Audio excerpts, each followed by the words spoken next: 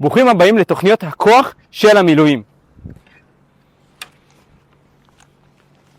מטרת החוברת היא להכין אתכם לפעילות המבצעית ולתפיסת הקו. בחוברת אתם תפגשו 3 רמות קושי. רמת ג'יפ דוד, רמת כיפת ברזל, והרמה הכי גבוהה B2. אחרי שבחרתם את רמת הקושי שלכם, אתם עוברים לדבר הבא. השלב הבא הוא לבחור את לוז האימונים.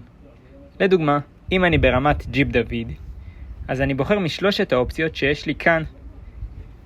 אם מתאים לי פעמיים בשבוע, אימון אחד של כוח ואימון אחד של אירובי, אז אני בוחר את הלוז הראשון לדוגמה. וכאשר אני לוחץ על אחד האייקונים, כמו האיש שעושה מתח, זה מוביל אותי ישר לאימונים שהם ללא ציוד. יש כאן אימונים מגוונים, עם רמות קושי שונות, ואפילו סרטונים לתרגילים. ברגע שאני לוחץ על התמונה של אחד התרגילים, זה ישר שולח אותי לסרטון ביוטיוב.